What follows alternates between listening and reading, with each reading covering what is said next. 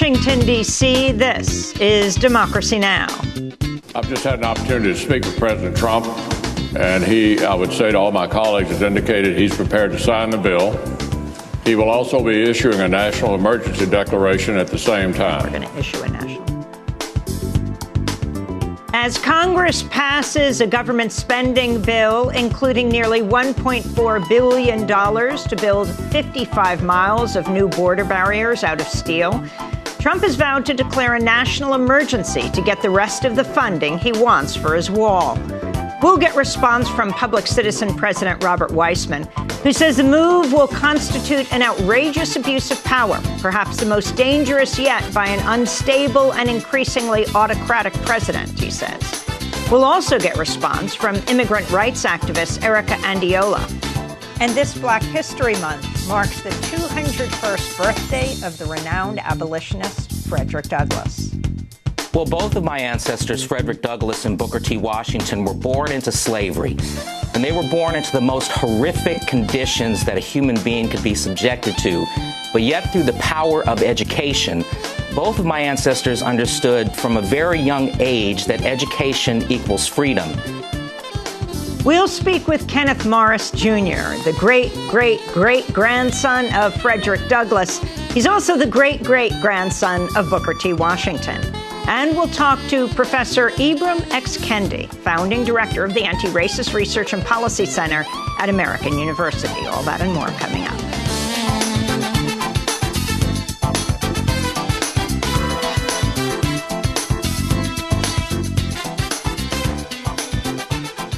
Welcome to Democracy Now!, democracynow.org, The War and Peace Report. I'm Amy Goodman. President Trump's expected to declare a national emergency today to build a wall along the U.S.-Mexico border, despite opposition from Congress. On Thursday, Senate Majority Leader Mitch McConnell announced the president planned to sign the latest spending bill, but to also declare a national emergency. The spending bill includes nearly $1.4 billion to build 55 miles of new border barriers out of steel, far less than the $5.7 billion requested by President Trump. House Speaker Nancy Pelosi condemned Trump's plan to declare a national emergency. It's not an emergency, what's happening at the border. It's a humanitarian challenge to us. The president has tried to sell a bill of goods to America. But putting that aside, just in terms of the president making an end run around Congress. Several Republicans, including Senators Marco Rubio and Rand Paul, have also come out against Trump's emergency declaration. Rubio wrote, quote, "We have a crisis at our southern border, but no crisis justifies violating the Constitution." Several groups, including Public Citizen, have announced plans to sue the Trump administration once a national emergency is declared. We'll have more on the story after headlines. Amazon has announced it's scrapping plans to build a major office facility in New York City after local politicians and grassroots activists opposed the deal. Amazon had announced the project in November after New York Governor Andrew Cuomo and New York City Mayor Bill de Blasio offered nearly $3 billion in tax subsidies to build the project, which could have created 25,000 jobs. As part of the deal, New York even offered to build a helipad for Amazon CEO Jeff Bezos, who is the richest man in the world. One of the leading opponents of the deal was Democratic Congressmember Alexandria Ocasio-Cortez, who represents parts of Queens, New York, the borough where Amazon was planning to build. I think it's incredible. I mean, it shows that everyday Americans still have the power to organize and fight for their communities, and they can have more say in this country than the richest man in the world. If we're willing to give away $3 billion for this deal, we could invest those $3 billion in our district ourselves if we wanted to. We could hire out more teachers. We can fix our subways. We can put a lot of people to work for that money if we wanted to. New York State Senator Mike Gianaris also helped lead the opposition to the project. This is a very dangerous moment in our history where big corporations think they have the power to tell governments what they should be doing. This is robber baron stuff. We turned away from it a century ago, and we shouldn't go back to it now. It's time for people, through their governments, to stand up and say the corporations are not the most powerful thing in this country, the governments are. New York Times reporter J. David Goodman tweeted on Thursday, quote, "One factor that concerned Amazon executives was how activists in New York City broadened their attacks from the specifics of the deal to the company's practices far beyond the 5 boroughs on unions and working with ICE," unquote. Meanwhile, a new study by the Institute on Taxation and Economic Policy has found that Amazon will likely pay no federal taxes for a second year in a row, even though it reported over $11 billion in profits in 2018. Instead, the company will receive a $129 million federal income tax rebate. Denver school teachers are declaring victory after securing a nearly 12% pay raise and annual cost of living increases following a 3-day strike. Teachers returned to class Thursday after a tentative agreement was reached. Denver Classroom Teachers Association President Henry Rahman said, quote, "This agreement is a win, plain and simple, for our students, for our educators, and for our communities. No longer will our students see their education disrupted because their teachers cannot afford to stay in their classrooms," he said. This marked the 9th major U.S. teacher strike in the past year. New data from the U.S. Bureau of Labor Statistics shows more U.S. workers went on strike last year than in any year since 1986. Nearly 500,000 workers took part in a major work stoppage in 2018. On Thursday, students at Marjorie Stoneman Douglas High in Parkland, Florida, and schools across the United States observed a moment of silence to remember the 17 students, staff, and teachers who were killed in Parkland February 14th, 2018, in one of the deadliest school shootings in U.S. history. One of the students who survived the shooting, Emma Gonzalez, spoke at an event in New York. A lot of people either don't know about or forget about the trauma of gun violence, and that it doesn't only resurface on the anniversary of the event. Every day I feel the same. Every day my friends feel the same. Every day it feels like the shooting is happening again, or happened yesterday, or will happen tomorrow. For me and most of my friends, we fight our trauma by fighting against gun violence and the system that perpetrates it. Since the Parkland shooting, nearly 1,200 children have been killed by guns in the United States. Meanwhile, a new survey from NPR and PBS has found over a quarter of parents with school-aged children say their child knows someone who's been a victim of gun violence. William Barr has been sworn in as Attorney General after the Senate confirmed him Thursday by a 54-45 vote. Barr previously served as President George H.W. Bush's Attorney General. During that time, he was involved in the pardon of 6 Reagan officials, including Elliott Abrams, for the Iran-Contra scandal. He also oversaw the opening of the Guantanamo Bay military prison, which was initially used to indefinitely detain Haitian asylum seekers.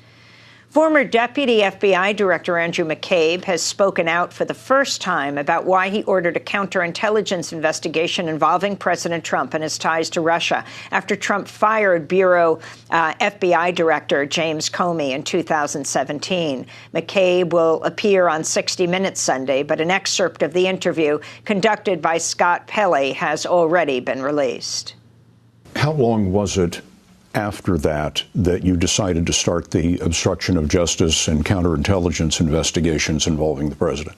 I think the next day I met with the team investigating the Russia cases, and I asked the team to go back and conduct an assessment to determine where are we with these efforts and what steps do we need to take going forward. In the interview, McCabe also confirms Justice Department officials discuss recruiting cabinet members to invoke the 25th Amendment to remove Donald Trump from office. He also confirmed former Deputy Attorney General Rod Rosenstein offered to wear a wire in meetings with the president. Vice President Mike Pence called on European allies to pull out of the historic Iran nuclear accord while accusing Europe of trying to undermine U.S. sanctions against Iran. Pence made the comment during a summit in Warsaw organized by the United States. The time has come for our European partners to stand with us and the Iranian people, to stand with our allies and friends in the region. The time has come for our European partners to withdraw from the Iran nuclear deal and join with us as we bring the economic and diplomatic pressure necessary to give the Iranian people, the region, and the world the peace, security, and freedom they deserve. The European Union's top diplomat, Federica Mogherini, responded by saying the European Union still believes that upholding the Iran nuclear deal is an essential way to prevent Iran from developing a nuclear weapon. The Venezuelan government's accusing Trump's special envoy, Elliot Abrams, of threatening to deploy U.S. troops to Venezuela during secret talks between the two sides. Venezuelan officials told the Associated Press Abrams made the threat during previously undisclosed meetings in New York with Venezuelan Foreign Minister Jorge Ariaza. During the talks, Ariaza invited Abrams to come to Venezuela to speak with President Nicolas Maduro. Meanwhile, Cuba has publicly accused the United States of moving special forces to Puerto Rico, the Dominican Republic, and other Caribbean islands as part of a covert plan to topple the Venezuelan government. U.S. Special Envoy Elliot Abrams accused Cuba of lying. Meanwhile, at the United Nations, Venezuelan Foreign Minister Jorge Ariaza announced a group of about 50 nations have joined a new coalition to oppose U.S.-backed efforts to topple the Venezuelan government. Thank you. Yes, indeed, those so-called sanctions are not sanctions because the U.S. has no moral, no authority in order to impose sanction to anyone. So it's in breach of this charter. So we're going to compel and to convince humanity and the world that no government in the world can take such decisions. Only the group of measures, if they were adopted by the UN organisms, by the Security Council, can be legal. The rest are unilateral actions that must be rejected by all the peoples of this world. India is accusing Pakistan of having a direct hand in a bombing that killed as many as 46 Indian soldiers in Indian-administered Kashmir Thursday. It was the deadliest attack on Indian forces in Kashmir since the late 1980s. The deaths occurred when a car packed with explosives drove into a bus carrying Indian soldiers. The group, Jaish-e-Mohammed, claimed responsibility. Pakistan rejected charges it was responsible in any way for the bombing. The Egyptian parliament has cleared the way for President Abdel Fattah al-Sisi to rule Egypt until 2034. Human rights groups in Egypt denounced the move, saying it'll permit al-Sisi to, quote, retain power for life and exercise unprecedented unilateral authority, unquote. Since coming to office following the 2013 coup, al-Sisi has imprisoned thousands of his critics. Last year, the former military general won a widely criticized election where he received 97% of the vote after all his main opponents were jailed or forced to drop out. Soon after last year's vote, President Trump called el-Sisi to congratulate him on his re-election. The Department of Health and Human Services has launched a probe of the Indian Health Service over its mishandling of a doctor accused of pedophilia. The doctor, Stanley Patrick Weber, was the focus of a recent investigation by PBS Frontline and the Wall Street Journal. In 1995, Indian Health Service officials concluded Weber was molesting children, but the agency allowed him to keep working for another 21 years, continually transferring him from reservation to reservation. He was eventually convicted in 2018 and was sentenced to 18 years in prison. In news from Washington, D.C., Ryan Zinke has joined the lobbying firm Turnberry Solutions just weeks after stepping down as Interior Secretary. He becomes the first former Trump cabinet official to join a lobbying firm. Shortly after taking office, President Trump signed an executive order that purported to ban White House officials from lobbying for 5 years. But according to ProPublica, at least 33 former Trump officials have managed to sidestep the ethics pledge. Trump's former campaign manager, Corey Lewandowski, is also joining Turnberry Solutions with Zinke. The American Civil Liberties Union and a group of other civil rights groups have sued the Trump administration over its new policy forcing asylum seekers to wait in Mexico while the United States processes their asylum claims. Melissa Crow of the Southern Poverty Law Center, which is part of the suit, said, quote, this misguided policy deprives vulnerable individuals of humanitarian protections that have been on the books for decades and puts their lives in jeopardy, she said. The Oregonian newspaper is reporting federal law enforcement officials have launched an investigation after a number of Saudi students living in the United States vanished while they were facing serious criminal charges, including manslaughter and rape. The paper found that in at least 4 cases, the Saudi government paid the defendants bail and legal fees before they disappeared. In one case, police believe Saudi officials snuck a Saudi national out of the country on a private plane using a fake passport so he could avoid being tried for killing a 15-year-old Portland teenager in a hit and run. The Democratic National Committee has announced the first debate of the 2020 presidential primary cycle will be held over 2 consecutive nights in June. As many as 20 candidates could take part. The DNC said candidates will need to garner at least 1% support in 3 separate polls to qualify or obtain 65,000 unique donors and a minimum of 200 donors per state in at least 20 states. And those are some of the headlines. This is Democracy Now!, democracynow.org, The War and Peace Report. I'm Amy Goodman.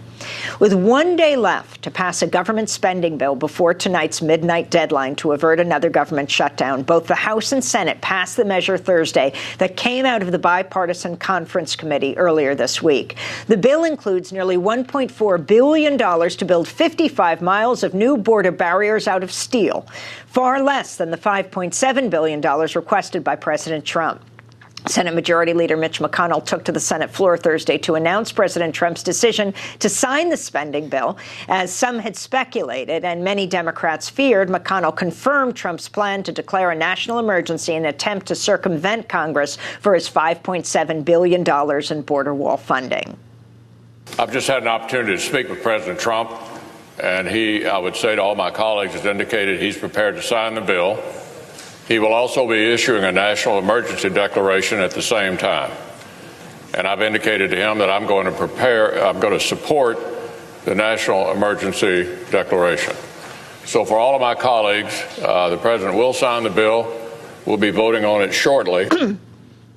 McConnell's vow of support came despite reports that he warned Trump against the move, saying it could split the Republican Party and prompt a resolution disapproving the emergency declaration. Democrats quickly condemned the news. This is House Speaker Nancy Pelosi. Did I ever say I was filing a legal challenge? You said Democrats. I may. That's an option, and we'll review our options. But it's important to note that when the president declares this emergency, first of all, it's not an emergency, what's happening at the border. It's a humanitarian challenge to us. The president has tried to sell a bill of goods to America. But putting that aside, just in terms of the president making an end run around Congress, Trump is set to speak this morning at 10 a.m. if he declares a national emergency. The consumer rights nonprofit Public Citizen has vowed legal action against him, saying the move, quote, will constitute an outrageous abuse of power, perhaps the most dangerous yet by the unstable and increasingly autocratic President Trump, unquote. For more, we're joined right now by the CEO of the president of Public Citizen, Robert Weissman. Welcome to Democracy Now! It's great to be with you. So, Rob, talk about what your plans are for today. Well, we're going to see what happens if the president actually goes forward and issues this outrageous emergency declaration. If he does, we're prepared to sue to block the declaration. And we're also going to be working on our own and with hundreds of allies to get Congress to pass a resolution to disapprove the emergency declaration, which it has the ability to do. So explain what this national emergency resolution would do. Well, we don't know, and we're not going to know until the president acts, but it seems as what he's going to claim is that there is a national emergency at the border and that therefore he can move money around that has not been appropriated for the purposes of building the racist wall to in fact build the racist wall. There is a legal structure in place for how to declare an emergency, and the president does have authority under other laws to move money around if, in fact, there is a national emergency. So we're going to sue, again, based on what he does, but challenging the idea that there's an emergency and also challenging whether the way he's moving the money is legal under the statutes that exist. But the real big issue is going to be whether people turn out in droves to protest this and say, not only do we not want a wall, but we don't want the president declaring emergencies to get around the will of Congress. If this president is able to declare an emergency to build a wall around a fictitious claim of urgency, against the express interests of the intent of Congress, there's really no limit to what he might do in the future with an emergency declaration. People might think this sounds really scary, almost like martial law. They should think it sounds really scary, and they should act appropriately. So what can Congress do? I mean, it doesn't only have to come through a lawsuit, the challenge. That's right. So under the National Emergencies Act, Congress has express authority to pass a resolution of disapproval for the emergency declaration. I think the House is going to move pretty quickly to do that. If the House does it, the Senate must consider it. So this is going to come up in the Senate. Let me go to Joaquin Castro, the Congress member from Texas, in his conversation with CNN, who said he would file a resolution to block Trump's declaration of national emergency. I don't think that it's a national emergency. I think this would be a fake emergency. If you look at the active national emergencies right now, those mostly revolve around national security issues. And so I'm prepared, if the president does declare a national emergency to build his border wall, to file a joint resolution under the National Emergencies Act that would essentially terminate his declaration. And we would have a vote either on my resolution or somebody else's on the House floor. And then it's my understanding that that resolution would have to be voted upon in the Senate. And there have been very critical comments that have been made by senators, including Republican senators, about the president's ability and the wisdom of declaring a national emergency for this purpose. And House Speaker Nancy Pelosi warned about that by calling an unwarranted national emergency, Trump is setting a precedent for future presidents. You want to talk about a national emergency? Let's talk about today, the one-year anniversary of another manifestation of the epidemic of gun violence in America. That's a national emergency. Why don't you declare that emergency, Mr. President? I wish you would. But a Democratic president can do that. Democratic president can declare emergencies as well. So the precedent that the president is setting here is something that should be met with great unease and dismay. So that's House Speaker Nancy Pelosi. Robert Weissman. Right. So I think Castro is describing the process that's going to go forward. And he's right to say, I assume this will pass the House, a resolution of disapproval. But it really might also pass the Senate. There have been a number of Republicans who say they're worried about this, and they're going to be tested to see whether they stand with their principal or whether they stand with their party's president. And we're going to find out. Now, if it does pass by majority in the Senate as well, Trump can veto the resolution. Then it would require 2/3 in both houses to override that veto. That'll be pretty tough. But it's still very significant if, in fact, he's forced to veto a resolution of disapproval. Pelosi is speaking to the implications of a national emergency. She's sending a message to Republicans saying, look, if you think you're going to be able to get away with this and our side's not going to use this, think again. And in ways that are very foreseeable, much more grounded in reality, like climate change, an actual global emergency of the highest proportion. Be careful what you wish for. But what I'm most worried about is this president doing it, not just this time, but again. It's easy to imagine him declaring a national emergency to ban public protest and deploy the military domestically. He might trump up claims, as it were, about gang violence. And we suddenly have sweeps of people of color communities around the country.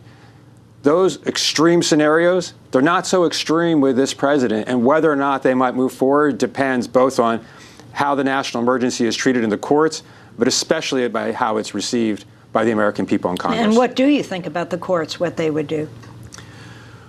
It's up for grabs, is the answer. I mean, we think... Has Mitch McConnell changed the courts enough at this point with the scores of conservative judges he has pushed through? Well, there's two parts to it. One is the law is fairly ambiguous. When Congress passed the National Emergencies Act and other emergency statutes, they really didn't have in mind Trump. They sort of expected people who would use the law in good faith. And more or less, that's what's occurred in the past. So the president does have some pretty broad latitude under the statute to define what's an emergency.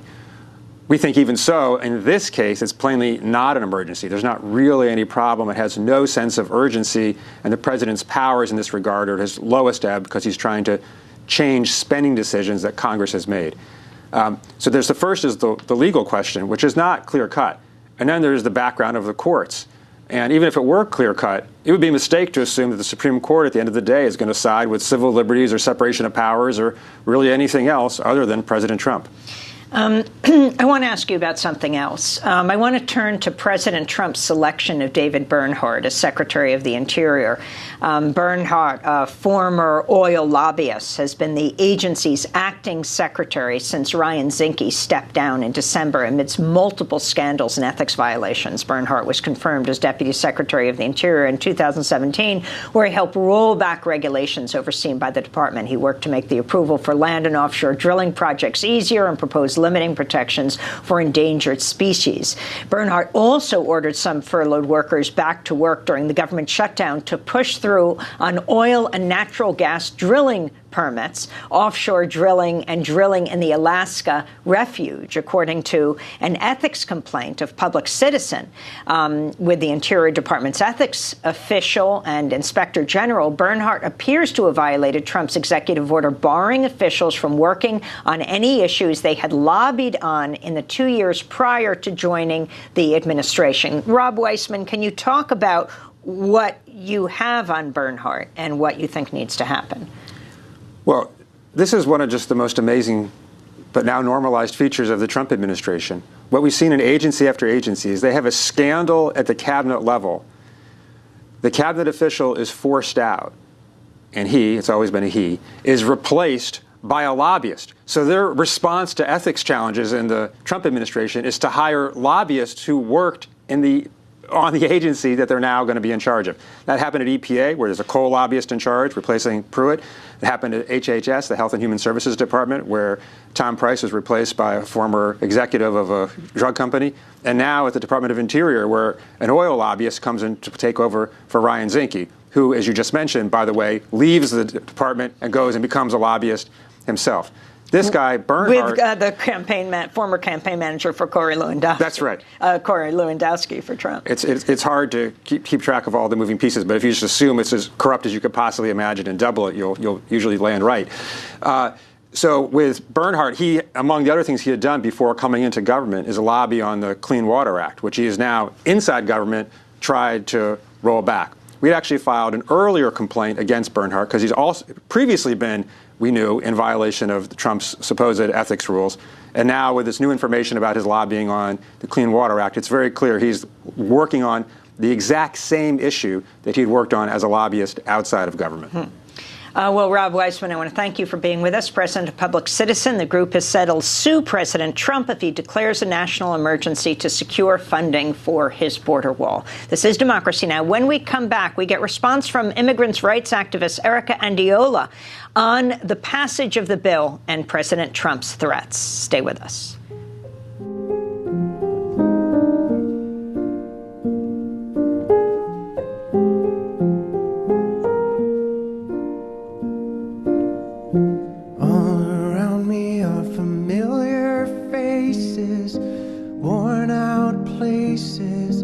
Worn out faces, bright and early for their daily races, going nowhere, going nowhere.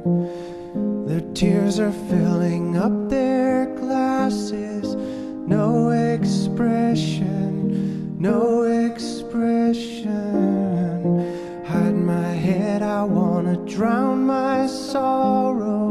No tomorrow, no tomorrow. And I find it kind of funny, I find it kind of sad.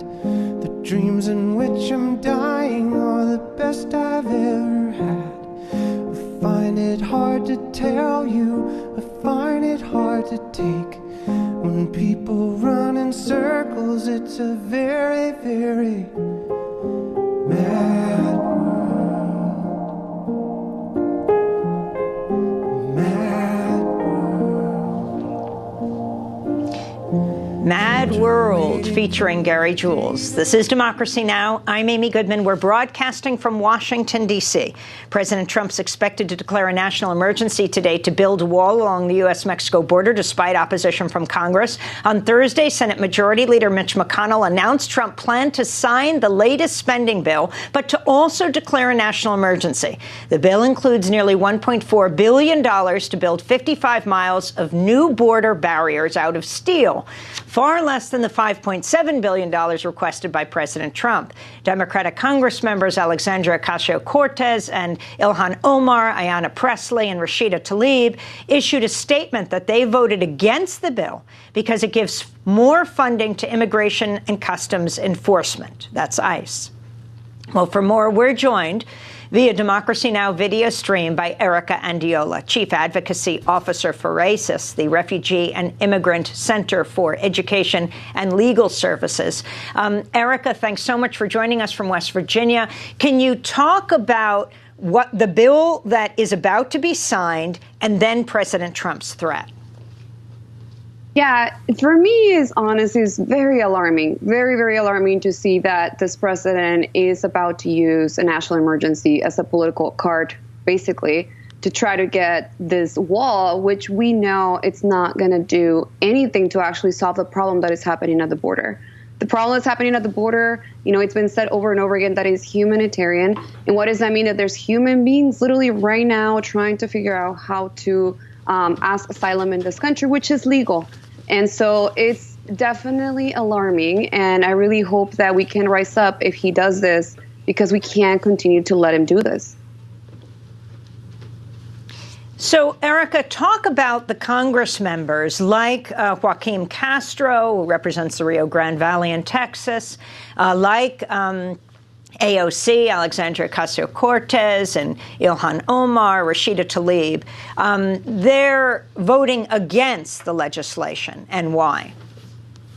Yeah, which is the right thing to do. And that is because, we need at least, we've been pushing for Democrats to actually do the right thing, to stop playing his games. He's been, using this. He's been using this basically for political purposes. We saw when the elections were happening in 2018, where all of a sudden the caravan was this huge threat, and then the elections are over and there's nothing else about the caravan coming out of Trump's mouth, right after November. And so we have seen that this is a political stunt. And the most alarming thing is that we have, what worries me is that we have Democrats actually playing his game, trying to give him more money for DHS, trying to give him more money, which can be, and I assure you, will be used to continue to detain people. And so we have to make sure that we push back and that we let Democrats know that this is a time to stand up against Trump, and everything that he's trying to do, because at the end of the day, he's going to push for what he wants. And we are seeing this right now. Erica, the showdown over Trump's border wall comes as riot police in northern Mexico blocked hundreds of desperate Central American migrants Wednesday as they tried to escape an abandoned factory complex where they've been imprisoned while waiting for the U.S. to process their asylum claims. More than 1,700 migrants have been held in the Maquiladora in the Mexican border town of Piedras Negras since February 5th, after they arrived in a caravan of people seeking asylum in the United States. The vast majority have remained prisoners at the site after the Trump administration adopted a Remain in Mexico policy for asylum seekers, processing just 15 asylum applications per day at the nearby Eagle Pass border crossing. This is one of the migrants speaking with your group, RACIS. We are not allowed to go outside. They have locked us up as prisoners. We need organizations to support us with hats and gloves, or with bedding and scarves. That's what we need, because the cold is tremendous. And the real truth is that there are children here. There are sick people. There are seniors. And the truth is, we're in an abandoned factory, and now we are using it as a shelter.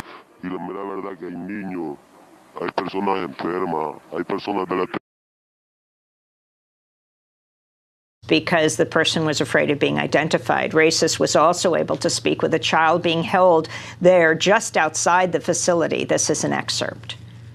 My name is Anna and I'm 10 years old. I'm from Honduras. What is happening here? Well, I want everyone to listen to what I'm going to say right now. I do not want to be here. They need to let us out of here because it's really ugly. I don't like it. It's very confined and there are lots of diseases. The doctors don't pay attention to us. Nothing.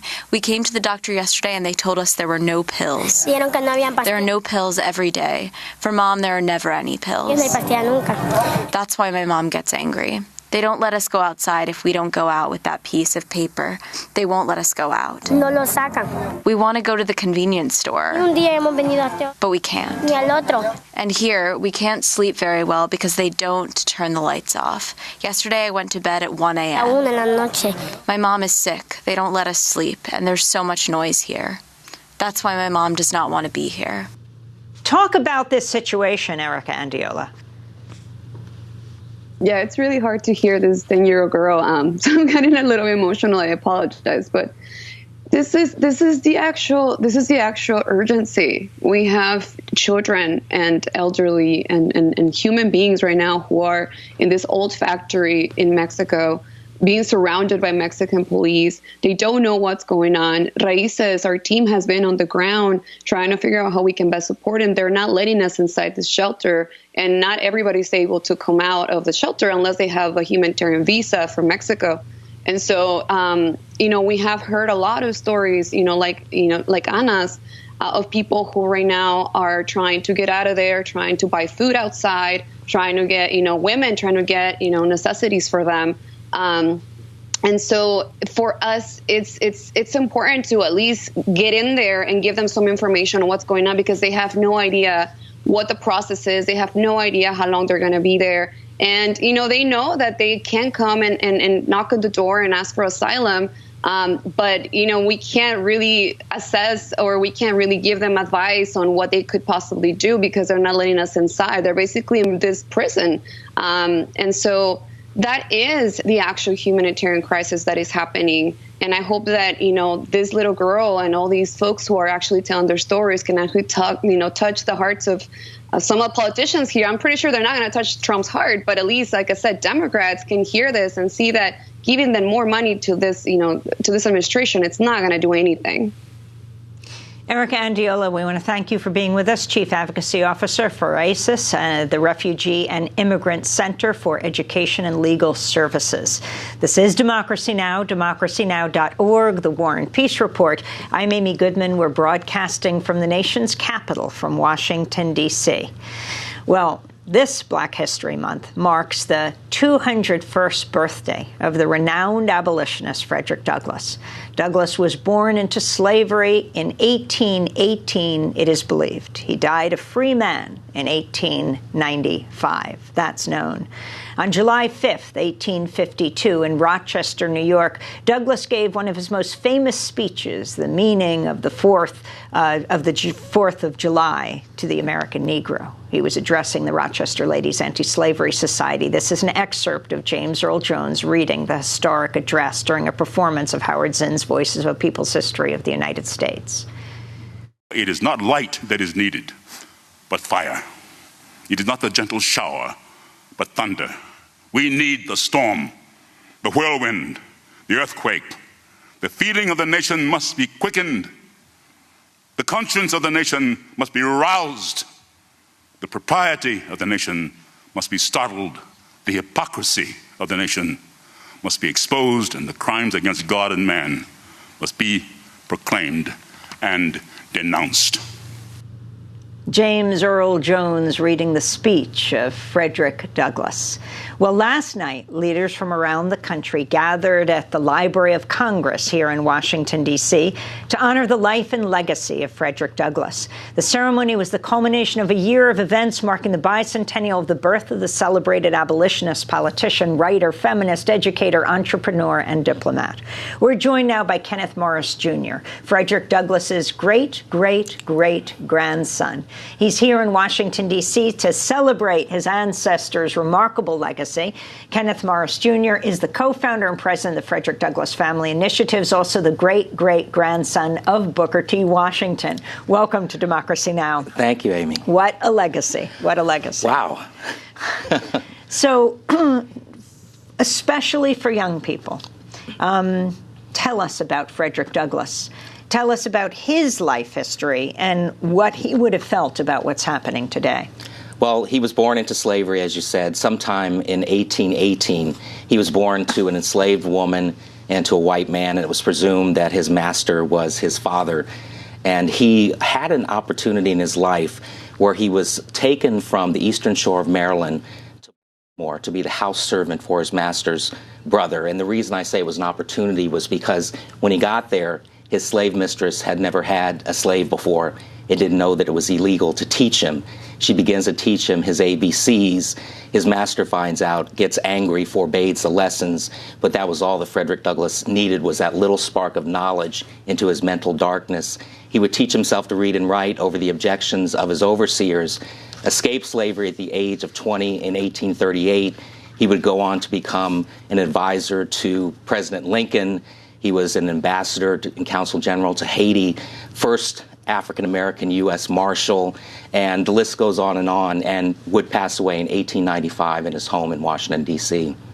And talk about the mark he made, the fight against slavery, the fight, really a leading advocate of women's rights and women's suffrage. When he first published his autobiography, The Narrative, in 1845, it became a bestseller, and the notoriety from the book threatened his freedom because he was still a fugitive at the time, at the age of 27, and he had to flee to Europe for a couple of years as a cooling off period. And when he was in Europe, he spent some time in Ireland and came into contact with the great Irish liberator Daniel O'Connell.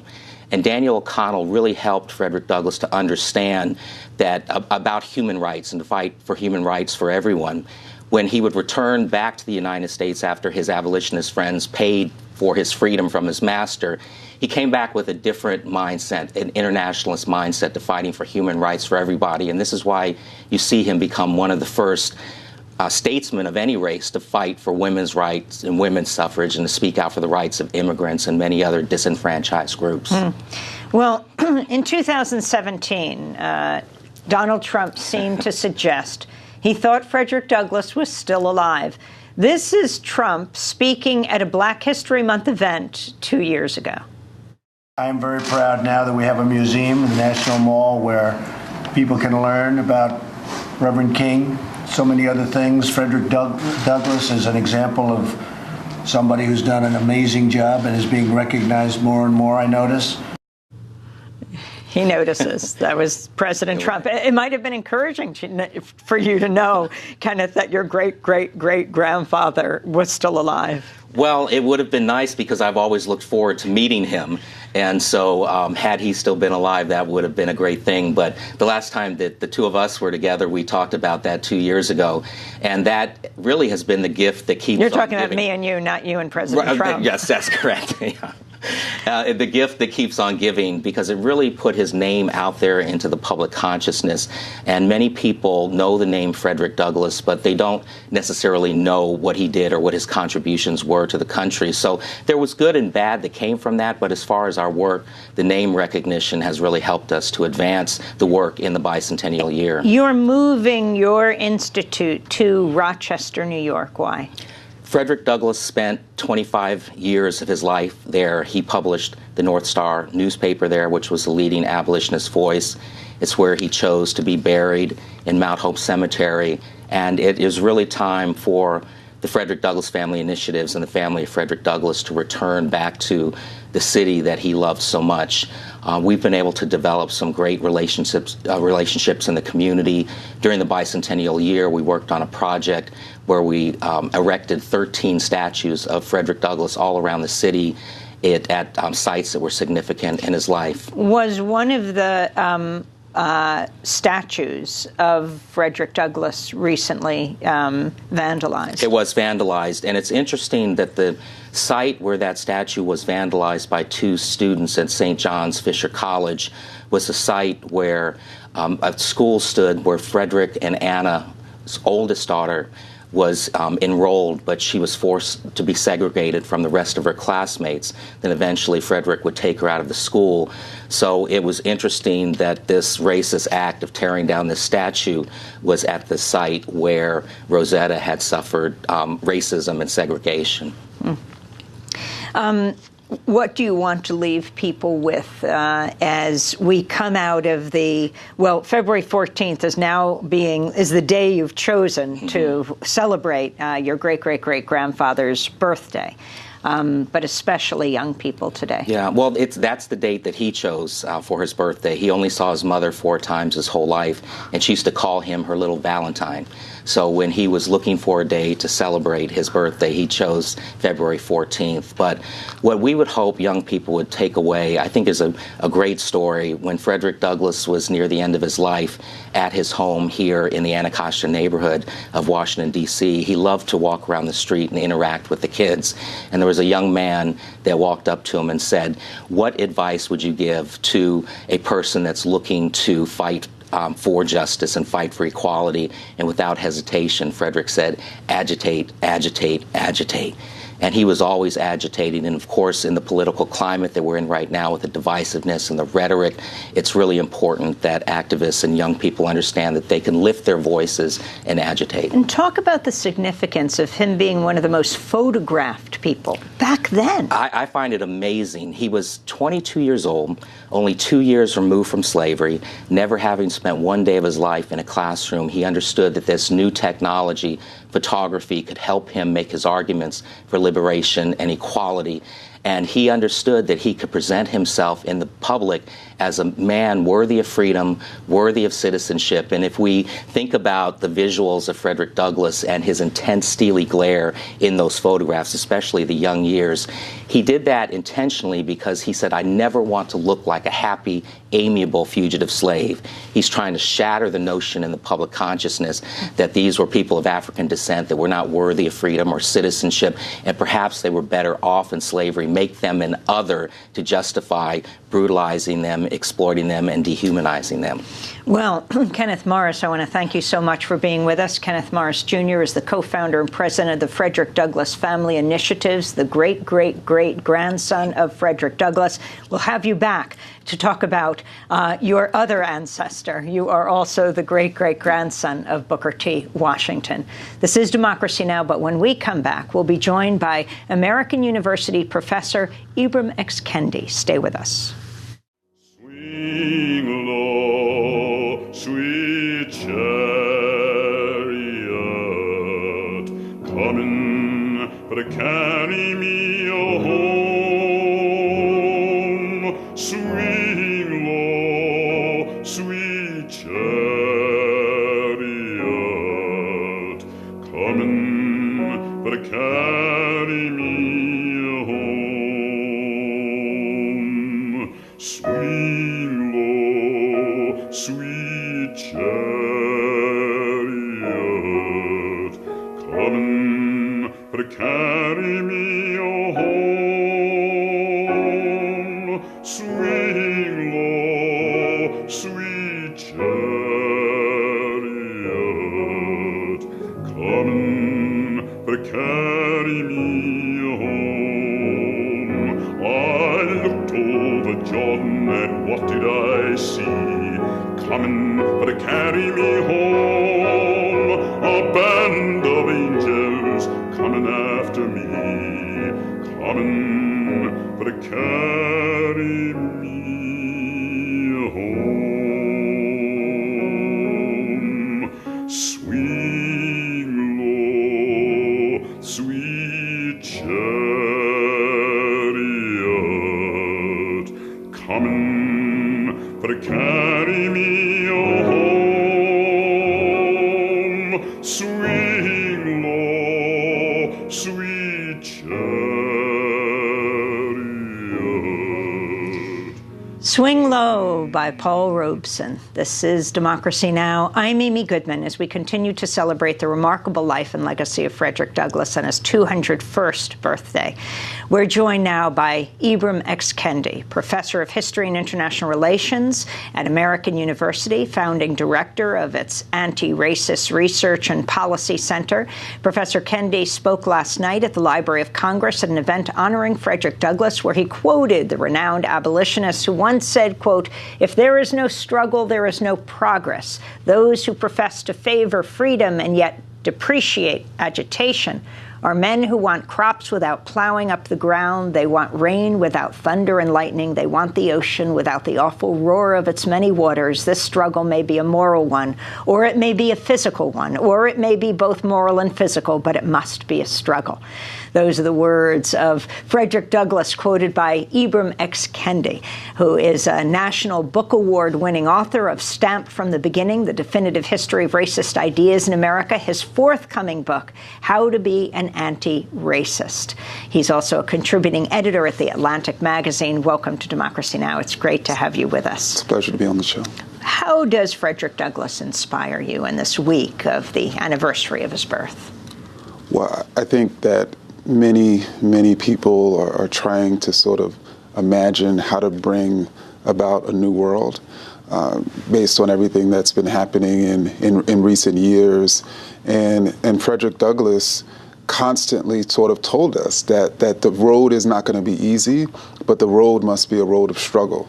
And so for me, he constantly sort of tells me, as you sort of mentioned in that iconic sort of message, that we have to struggle and we can never stop struggling. And the only way that we will be defeated is if we stop struggling. I want to ask you about what's happening in Virginia right now. The top three embattled officials of Virginia, starting with Governor Northam. The Democratic governor continues to resist mounting calls for his resignation after a photograph appeared on his medical school yearbook page that showed a man in Ku Klux Klan garb next to a man in blackface. At first, Governor Northam apologized for this, suggesting he was one of these two men, and then he said it wasn't him, although he did wear blackface to impersonate Michael Jackson at another point that same year. Can you respond to what this means? You had a very interesting piece on blackface and suggestions for what Governor Northam should read, not to mention what he should do right now. Yeah, so I mean, I think, like many people, that he should resign, and that, for a very long time, African Americans and other Americans have felt offended from blackface.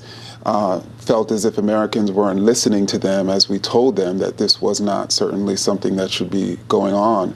And now African Americans in Virginia and other Americans are calling on the governor to resign, and he's not sort of respecting them in that way either. But if he decides to stay into office and he decides to take up more of a racial equality platform as his advisors are suggesting, then I think he should embrace that fully and truly seek to be an anti-racist governor and truly seek to look at the racist policies that are causing all of the racial inequities in his state. But first and foremost, he should seek to recognize how and why blackface is so offensive by going on a binge of reading of anti-racist texts. So I sort of offered some of those texts he could read. What are some of those texts?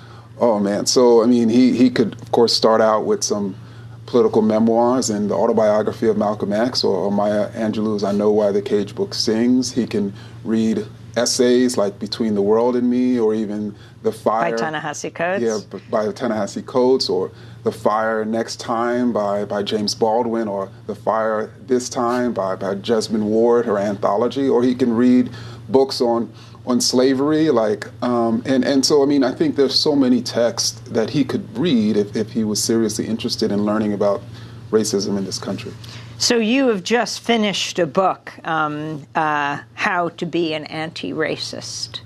How?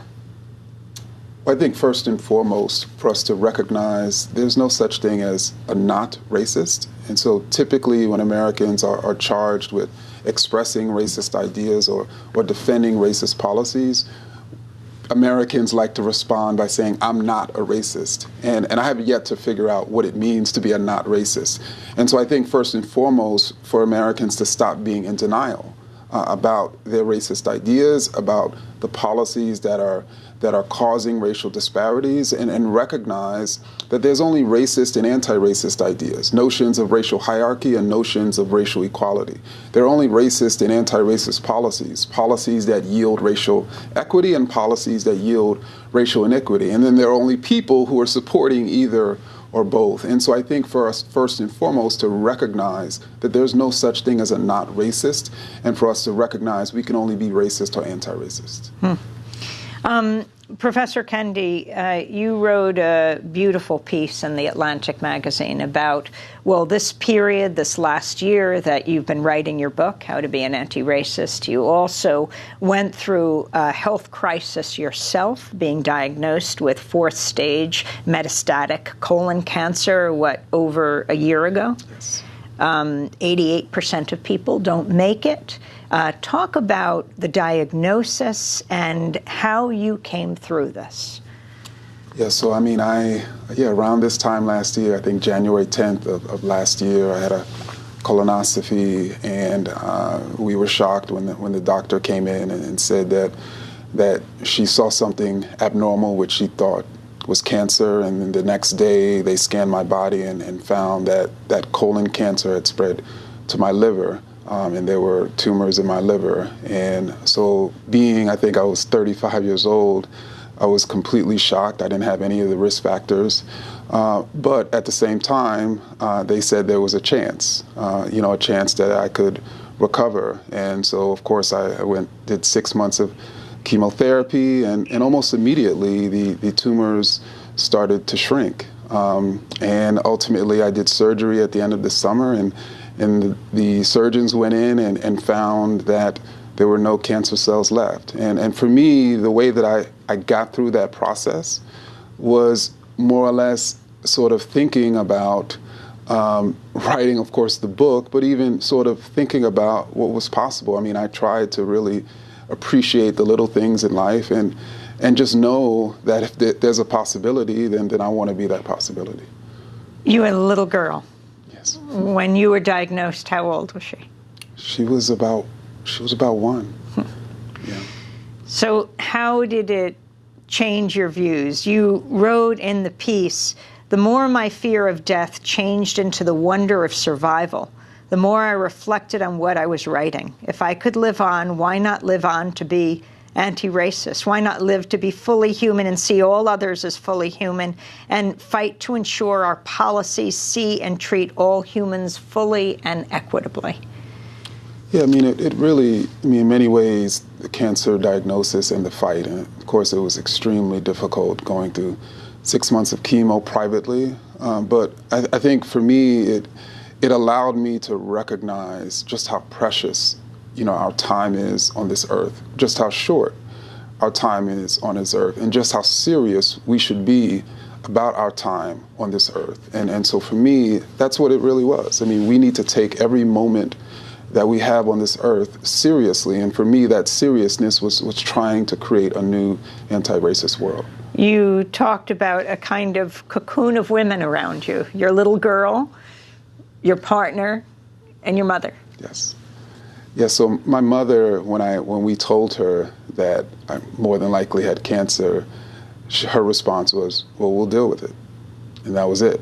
And that's typically how she responded to adversity, that we'll deal with it. And so, for me, I was like, okay, we will deal with it. And my partner as well, who's a physician and who knew how serious it was. I didn't even know that 88% of people with stage 4 colon cancer are basically dying, but she knew. But she, of course, was extremely supportive throughout. And then my daughter, who of course didn't know what was going on and expected her daddy to be acting the same way, even if I got chemotherapy earlier in the day. And so how could I not act the same way?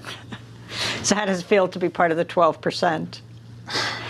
It feels good. And of course, I'd like to continue to be in that 12%. Well, it is a pleasure to spend this time with you, and we look forward to interviewing you in your book when it comes out this summer. Thank you. Ibram X. Kendi, Professor of History and International Relations, Founding Director of the Anti-Racist Research and Policy Center at American University. I'm Amy Goodman in Washington, D.C. Thanks so much.